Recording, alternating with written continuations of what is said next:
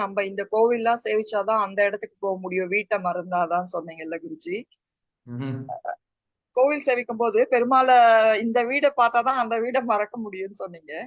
அப்ப ம்ஹும். எனக்கு ஒரே ஒரு நான் எதுக்கு அப்போ இவர் ஒரு குடும்ப சூழல், ஒரு ஆண் பெண், ஒரு திருமண வாழ்க்கை பந்தம்னு ஒரு இது பண்ணிட்டு எல்லாருமே சன்னியாசியாவே இது பண்றதுக்கு வாய்ப்பு கொடுக்காம எதுக்கு இப்படி ஒரு கேம் இது பண்றாரு, கஷ்டத்துல நம்ம முழுக வைக்கிறாரு. அது நம்ம பண்ண கர்மான்னு தெரியறது. இருந்தாலும் என்னால அதை எப்பயும் என் மனசுக்குள்ள ஒரு கேள்வி ஓடிக்கிட்டே இருக்கு. எதுக்கு ஒரு இல்லற தர்மம், ஒரு ஸ்ரீ தர்மம், ஒரு புருஷ தர்மம், ஒரு சன்னியாச தர்மம், இவ்வளவு கேட்டகரி வச்சுட்டு எல்லாருக்கும் ஒரு ட்ராக் கொடுத்து இந்த வழியா வாங்கன்னு சொல்றாரு. அது எது பெஸ்ட்ன்னு தெரியலையே நம்மளுக்குன்னு ஒரு கன்ஃபியூஷன் இருந்துகிட்டே இருக்கு குருஜி. ஓகே.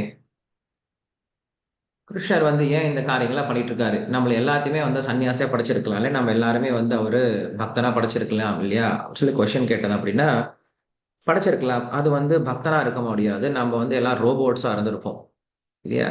ரோபோட்ஸ் தான் அப்படி பண்ணும். ஏய் சொல்றத செய் அப்படின்னா சொல்றத செஞ்சுட்டு இருக்கோம். ஸோ ரோபோ தான் என்ன பண்ணும் அப்படின்னா, நம்ம என்ன சொன்னாலும் அப்படியே செஞ்சுட்டு இருக்கோம். பட் மனுஷங்களே நாம எல்லாருமே, ஸோ நம்ம எல்லாருக்கும் கொஞ்சம் சுதந்திரம் கொடுத்துருக்காரு. ஒரு குழந்தைக்கு நம்ம என்ன பண்றோம்? சின்ன சுதந்திரம் கொடுக்குறோம்.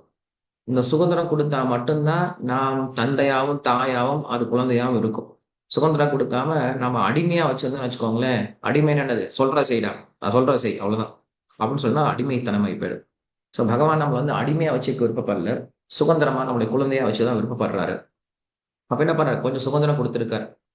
நீங்களா முயற்சி பண்ணி வாங்க அப்படின்னு கொடுக்குறாரு. ஒரு சில குழந்தைகளுக்கு இன்னும் பகவான் கிட்ட போறதுக்கு விருப்பம் இல்லை. இப்ப உங்களுக்கு விருப்பம் இருக்கிறதுனால நீங்க இதை சுமையா நினைக்கிறீங்க. மனைவியோ குழந்தையோ இல்ல வீட்டையோ இல்ல மற்றெல்லாம் சுமையா நினைக்கிறீங்க. ஆனா எத்தனையோ பேர் இதை அமிர்தமா நினைக்கிறவங்களா இருக்காங்க இல்லையா? சோ அப்ப அவங்களுக்கும் நம்ம பகவான் ஏதாவது கொடுத்தானே ஆகணும். இப்ப அவங்களுக்கு என்ன தேவையோ அதை கொடுக்குறாரு. உங்களுக்கு என்ன தேவையோ அதை கொடுத்துட்டு இருக்காரு. சோ பகவான் ஒரு லைட் மாதிரி. மேல லைட் எரிஞ்சிட்டு இருக்கு இல்லையா? லைட் எரிஞ்சிட்டு இருந்தது அப்படின்னா, அந்த லைட்டு கீழே நீங்க உட்காந்து பகவத்கீதையும் படிக்கலாம்.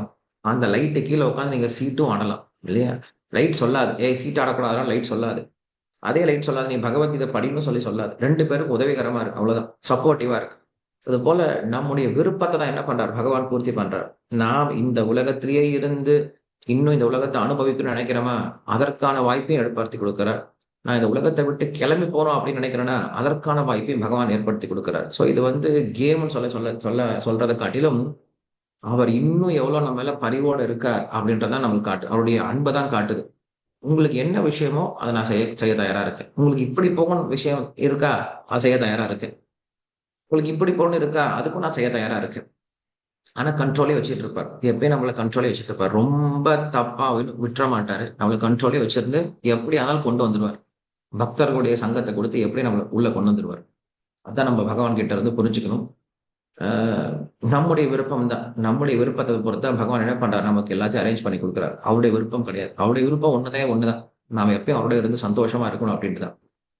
ஆனா நாம விரும்புறது இல்லை. அப்ப என்ன பண்றது? வலுக்கட்டாயப்படுறது கிடையாது. பகவான் நீ புரிஞ்சுக்கிட்டு வா அப்பா அப்படின்னு சொல்லிட்டு என்ன பண்ண, நம்மளுக்கு கொஞ்சம் சாய்ஸ் கொடுத்து, சான்ஸ் கொடுத்து, புத்தியை கொடுத்து எல்லாத்தையும் கொடுக்குறாரு.